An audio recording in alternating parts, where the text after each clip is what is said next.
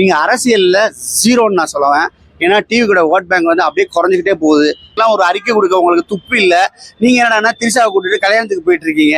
இதெல்லாம் வந்து ஒரு நியாயமா? நீங்க திரிஷா கூட்டு போனீங்கன்னா ஏன் ஒரே கார்ல போய் இறங்கணும், ஒரே ட்ரெஸ் போட்டு இறங்கணும்? ஃபுல் பிளானு அடுத்தவங்களை வெறுப்பேற்றுறக்காண்டி செய்யற அரசியல் இது. வேணும்னே தான் வெறுப்பேற்றணும் அப்படிங்கிற ஒரே காரணத்துக்காண்டி தான் கூட்டு போனது. அவர் நினைச்சிருந்தா இந்த நேரத்துல போக வேணாம், பெரிய பிரச்சனையா கிடக்குதுன்னு சொல்லிட்டு தவிர்த்திருக்கலாம். அதெல்லாம் தவிர்க்காம இந்த கூட்டிட்டு போறது வேணும்னே சங்கீதாவை வெறுப்பேற்றணும் அப்படிங்கிறக்காண்டி பண்றாங்க. சின்ன லெட்டர் பேடு கட்சி கூட உங்க கூட கூட்டி வைக்கல.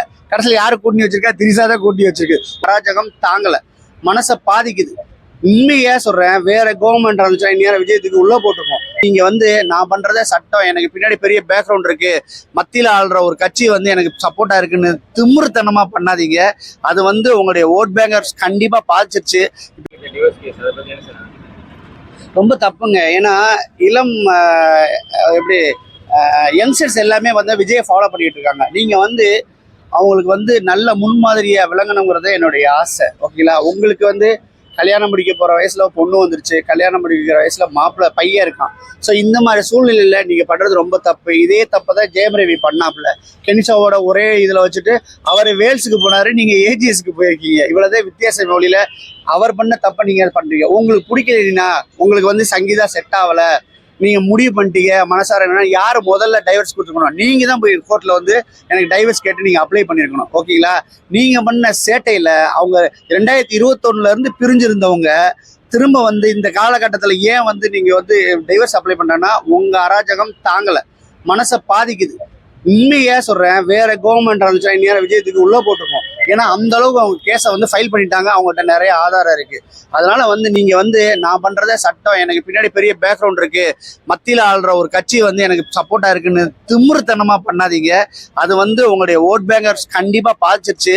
இப்ப எல்லாருமே கல்யாணம் ஆகாத இலசுகள் தான் பார்த்தீங்கன்னா என்னை தங்கச்சியா நினைச்சுக்கிட்டோம், என்னை வப்பாட்டியா நினைச்சுக்கன்னு சொல்ல கேவலமா வந்து பண்றாங்க. அதுக்கெல்லாம் ஒரு அறிக்கை கொடுக்க உங்களுக்கு துப்பு இல்லை. நீங்க என்னன்னா திரிஷாவை கூட்டிட்டு கல்யாணத்துக்கு போயிட்டு இருக்கீங்க. இதெல்லாம் வந்து ஒரு நியாயமா? நீங்க வந்து முன்மாதிரியா இருக்கணுமே ஒளியே இல்லை. சினிமாவில் நான் ஒத்துக்கிறேன், தமிழ்நாட்டில் வந்து மிகப்பெரிய ஆளுமை நீங்க, மிகப்பெரிய கலெக்ஷன் கிங்கு நீங்க, சூப்பரான டான்சர், சூப்பரான ஃபைட்டர், சூப்பரான ஒரு சிங்கர், சூப்பரான ஒரு ஆக்டர், எல்லாமே நாங்கள் ஒத்துக்கிறோம். ஆனால் நீங்கள் அரசியலில் ஜீரோன்னு நான் சொல்லுவேன். ஏன்னா டிவி கூட ஓட் பேங்க் வந்து அப்படியே குறைஞ்சிக்கிட்டே போகுது.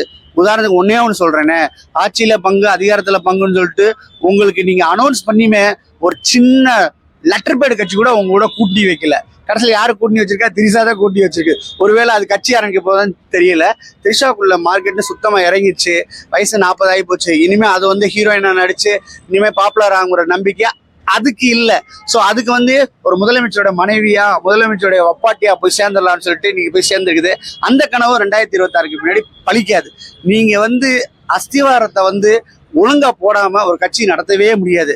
உங்களுக்கு உங்க அப்பா சினிமாவில் நல்ல அஸ்திவாரம் போட்டதுனாலதான் நீங்க நல்ல நடிகனானீங்க. ஏன்னா அவரே சொல்லியிருக்காரு, ஈவன் சிவாஜி படத்தை விட ஒரு நாளைக்கு, சிவாஜி இல்ல சந்திரமுகி படத்தை விட ஒரு நாளாவது கூட வந்து என் சச்சின் படம் ஓடணும்னு சொல்லிட்டு நீங்க தானசாட்ட வாதாடி சும்மா தியேட்டர்ல ஓட்டிக்கிட்டு இருந்தீங்க. அந்த காலகட்டத்தில் சோசியல் மீடியா அவ்வளவு பாப்புலர் இல்லாதனால ஃபுல்லுன்னு சும்மா ஆளே இல்லாம ஹவுஸ்ஃபுல் போட்டு நீங்க ஓட்டிக்கிட்டு இருந்த கதைலாம் எங்களுக்கு தெரியும். ஸோ அப்படி வந்து உங்களுக்கு நல்ல பேஸ் போட்டு உங்களை வளர்த்து விட்டாரு அப்பா. அது மாதிரி நீங்க வந்து 1.5 வருஷத்துக்கு முன்னாடி, எலெக்ஷனுக்கு 2 வருஷத்துக்கு முன்னாடி கட்சி ஆரம்பிச்சதெல்லாம் சரி. ஆனா நீங்க சரியான பேஸ் போட்டீங்களா? நீங்க வந்து 26 வருஷமா கல்யாணம் பண்ண ஒரு மனைவியை வந்து உங்க தொண்டர்களே படுகேவலப்படுத்துறாங்க. இதெல்லாம் வந்து பாத்தீங்கன்னா உங்களுக்கு பயங்கரமா ரிஃப்ளெக்ட் ஆகும். அதை கமெண்ட்ல படிக்கிறவன் எவனுமே வந்து உங்களுக்கு ஓட்டே போட மாட்டான். மனுஷனே கிடையாது அவங்க. ஏன்னா சாதாரணமா உங்களுக்கு பிடிக்கலையா, நீங்க டிவோர்ஸ் கொடுத்துட்டு போயிட்டே இருக்கணும். நீங்க உங்களை வந்து நான் வேற கல்யாணம் பண்ணல, திரிஷாவை கல்யாணம் பண்ணு, திரிஷாவுடைய அம்மாவை கல்யாணம் பண்ணலாம் நாங்க வந்து சொல்ல விரும்பல. அதெல்லாம் உங்க இஷ்டம். ஆனா நீங்க என்ன செஞ்சிருக்கணும்? முதல்ல நீங்க டைவர்ஸ் கொடுத்துருக்கணும். எனக்கு இவ செட் ஆகல, என்னுடைய என்னது அரசியல் இதுக்கு இவ வந்து இடையூறா இருக்காங்க அப்படின்னா டைரக்டா வந்து கொடுங்க, ரீசன் கொடுங்க. ஆனா கடவுள்னு ஒருத்த பாத்துக்கிட்டு இருக்கான், உங்களை பழி வாங்கிடுவான், அழிச்சிருவான். கண்டிப்பா குறைஞ்சிருச்சு. நீங்க பாருங்க, முன்னாடி இருந்த வேகம் இப்ப கிடையாது, எல்லாமே குறைஞ்சிருச்சு. போற மக்கள்லாம் வந்து யாருமே வந்து இந்த யங்ஸ்டரை தவிர மற்ற யாருமே உங்களுக்கு ஓட்டு போட மாட்டாங்க. அந்த யங்ஸ்டர் ஓட்டு வந்ததுன்னா 2% 3% தான் இருக்க முடியும். ஒட்டு மொத்தமா வந்து உங்களுக்கு வந்து ஒரு 20 லட்சம் பேர் ஓட்டு போட்டா கூட அந்த ஓட்டு 234 தொகுதியில பிரியும் போது உங்களுக்கு கிடைக்கிற ஓட்டே 15,000 இருந்து 25,000 ஓட்டை தான். இன்னைக்கு எழுதி வச்சுருங்க. 2026 எலெக்ஷன்ல வந்து 15,000 ஓட்டு 25,000 ஓட்டு தான் டிவிக்கு வாங்க முடியுமே ஒழிய டிஎம்கே பக்கமோ ஏடிஎம்கே பக்கமோ போக முடியாது. இவர் வந்துட்டு வேண்டுமே வந்து திஷாவை வந்து அந்த ஃபங்க்ஷனுக்கு கூட்டு போயிருக்க மாதிரி சொல்றாங்க. அதை எப்படி பாக்குறீங்க? வேணும்னே தான் வெறுப்பேத்தணும் அப்படிங்கிற ஒரே காரணத்துக்காண்டி தான் கூட்டு போனது. அவர் நினைச்சிருந்தா இந்த நேரத்துல போக வேணாம், பெரிய பிரச்சனையா கிடக்குதுன்னு சொல்லிட்டு தவிர்த்திருக்கலாம். அதெல்லாம் தவிர்க்காம இந்த கூட்டிட்டு போறது வேணும்னே சங்கீதாவை வெறுப்பேத்தணும் அப்படிங்கறதுக்காண்டி பண்றாங்க. நிச்சயமா வந்து இதை வந்து கடவுள் ஏத்துக்க மாட்டான். இதெல்லாம் அவங்க பசங்களை எவ்வளவு சார் அஃபெக்ட் பண்ணும்? ஜேசன் சஞ்சய் அவங்க எவ்வளவு அஃபெக்ட் பண்ணும்? மன வேதனையில இருப்பாங்க. நீங்க யோசனை பண்ணி பாருங்களேன், ரொம்ப மன வேதனையில இருப்பாங்க. ஜேசனை கூட்டு போயிருக்கலாம்ல.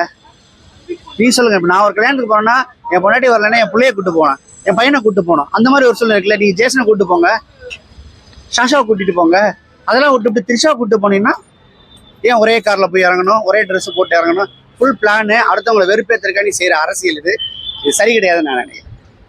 பப்ளிக்கா எப்படி பார்த்தோன்னா நேற்று 12 மணி வரைக்கும் எனக்கு ஒரு பெர்ஸ்பெக்டிவ் இருந்தது. ஆதவர்ஜி நான் வந்து நெல்சன் அந்த நியூஸ் 18 நியூஸ் தமிழ் 24/7 ஒரு சேனலுக்கு ஆதவர்ஜி நான் வந்து பேட்டி கொடுத்துருந்தேன்.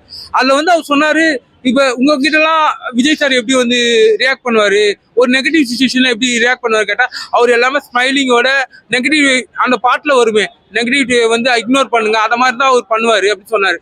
எனக்கு என்ன ஆச்சுன்னா நான் யோசிச்சே பார்க்கல, வேற மாதிரி என்ன ரியாக்ட் பண்ணியிருப்பாருன்னு நினச்சேன். ஆனால் த்ரிஷா மேமும் விஜய் சாரும் சேர்ந்து வருவாங்க. அவரு ஒரு பிரச்சனை எப்படி அணுகிறாருன்னு இருக்குல்ல, அதுதான் அந்த லீடர்ஷிப் குவாலிட்டி இருக்கு. ஓகேவா, நான் பாலிடிக்ஸாவே பேசல. அவர் வந்து ஒரு காமன் மேனா எப்படி அந்த வர சேலஞ்சஸ் வந்து ஓவர் கம் பண்றாருன்னு நான் ஒரு 2 வருஷமா நான் வந்து அப்சர்வ் பண்றேன். அது எனக்கு பிடிச்சிருக்கு. இப்ப பாத்தீங்கன்னா எவ்வளவு பேர் வந்து பாலிடிக்ஸ் நம்ம கட்சி அதெல்லாம் விட்டுருவோம். இப்ப யங்ஸ்டர்ஸ் வந்து பாலிடிக்ஸ் இப்ப பாக்குறாங்கன்னா அதுக்கு என்ன காரணம்? அவர் வந்து வந்தது, அவருக்கு வர சேலஞ்சஸ், அவர் எதை ஓவர் கம் பண்றாரு அதை பாக்குறதுக்கே ஒரு கியூரியாசிட்டியா இருக்கு மக்களுக்கு. அதனால தான் பாக்குறாங்க. அது அப்ப வந்து பாலிடிக்ஸ் மேலே இன்ட்ரெஸ்ட் வருது தானா. அதான் நான் சொல்ல வரேன். வேண்டுமே வந்துட்டு இந்த நேரத்துல வந்துட்டு சங்கீதா வந்து கேஸ் கொடுத்து வச்சிருக்காங்கன்னு சொல்லிட்டு இல்ல அதை ஒரு நான் அப்சர்வ் பண்ணேன். மீடியால ஒண்ணு சொல்றாங்க. ஒரு மீடியால என்ன சொல்றாங்கன்னா சங்கீதா மேமுக்கும் அதுக்கு சம்பந்தமே இல்லை.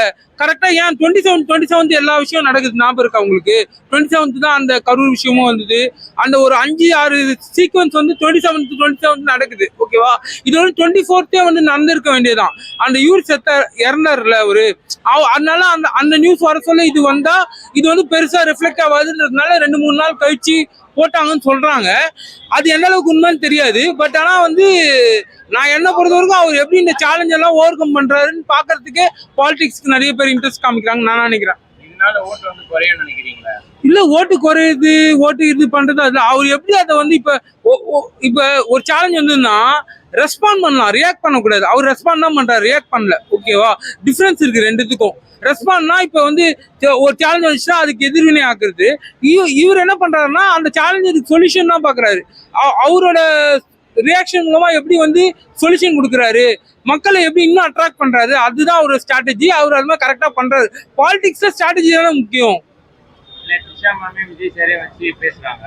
ஓகே, அவங்க வேண்டுமே பண்றது. சரி, நான் ஒன்று கேட்குறேன். இப்போ வந்து மேம் சங்கீதா மேம் வச்சு இது பண்றாங்க.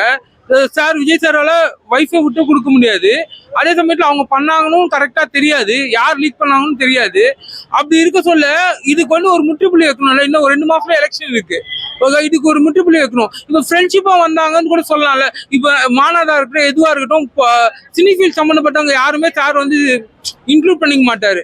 இப்போ வந்து ரொம்ப நாள் கழிச்சு அந்த நேற்று கல்பாத்தியா அவங்க மேரேஜ் ஃபேமிலி மேரேஜுக்கு வந்து த்ரிஷா மேமோட வந்தது. நான் இப்போ பாக்குறது ரொம்ப நாள் கழிச்சு அவர் வந்து இப்போ சினிஃபீல்ட் ஃப்ரெண்ட்ஸ் கூட இப்பதான் வந்து சேர்ந்து வராருன்றதை நான் பாக்குறேன். நடுவில் கூட போனாங்க இவங்க கீர்த்தி சுரேஷ் மேரேஜ் கூட போனாங்க. பட் ஆனா இந்த மாதிரி சேர்ந்து போன மாதிரி இப்போ ஏன்னா அந்த ரூமருக்கு வந்து ஒரு ஃபுல் ஸ்டாப் வைக்கணும். இப்போ பொது வழியிலே இப்போ வந்துட்டாங்கன்னா நெகட்டிவிட்டி கம்மியாகும்ல.